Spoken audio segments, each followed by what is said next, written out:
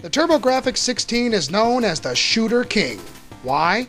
Because the amount of shooting-based games on the system is just crazy, not to mention a ton that didn't even make it to the United States from Japan.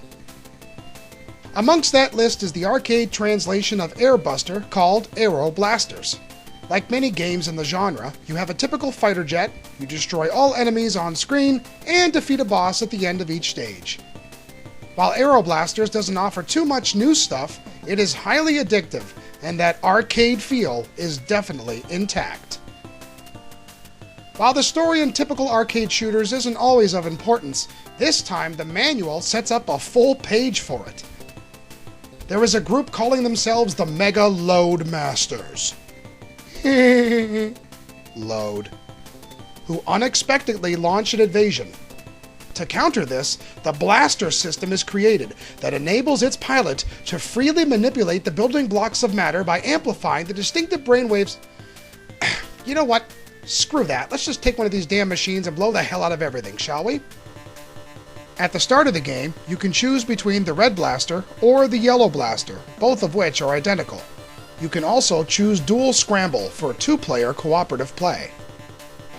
Your fighter jet starts with a typical pea shooter of a weapon that can later be upgraded with weapon transport pods appearing throughout the game. These pods carry different items such as the sideswiper, rear gun, six-way shooter, various types of missiles, and more. Along with your regular weapon, you have the ability to use special blasting techniques. On a one-player game, the blaster meter fills up, and once it flashes, you can release a charged weapon that destroys almost everything on screen. In two-player mode, the players can combine strengths and create a Super Blaster Flash, or Blaster Thunder Attack. The strategy for using this at the right time is a big part of the game, although it does force you to stop firing as it charges. The variety in stages is pretty diverse, and new enemies appear all the time.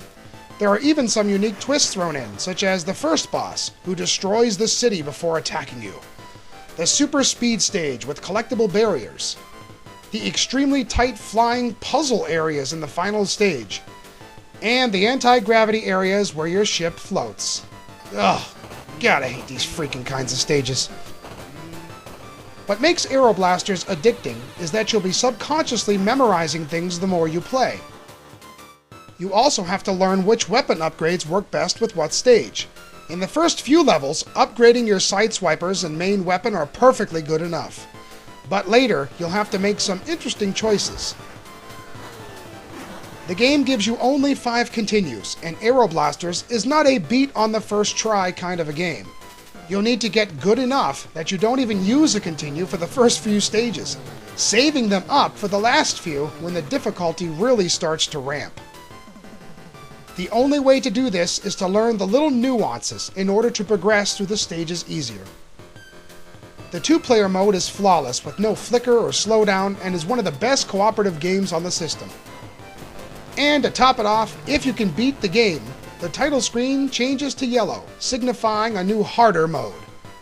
Look at this, I can't even destroy these very first enemies. Yeah, as if the game isn't hard enough as it is.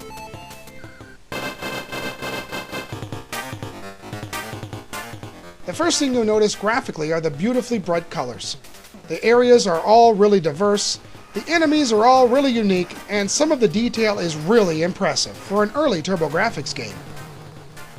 There is always some kind of multi-scrolling going on, adding a really nice touch of dimension. The sounds and music are also of decent arcade quality and add to the fun. Aeroblasters is extremely addictive during early plays, but the later trials become increasingly more frustrating. This is because the final stages are just a bit too hard, and the learning curve structure of the game overstays its welcome a tiny bit. In many ways, the game could have used maybe one more continue, or at least the opportunity to earn extra lives. I mean, they give you a point system and the ability to collect dollar signs in some stages, but it serves no purpose at all. This awkward balance does hinder the fun factor a bit, but it doesn't change the fact that Aeroblasters is a top-notch shooter.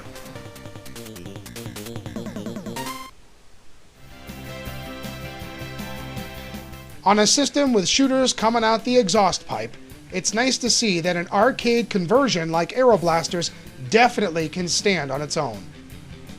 It was one of the earlier games I played back in the day for the TurboGrafx and was one of the reasons that the system became a favorite of mine. 4 TurboChips out of 5 for excellent arcade shooting action.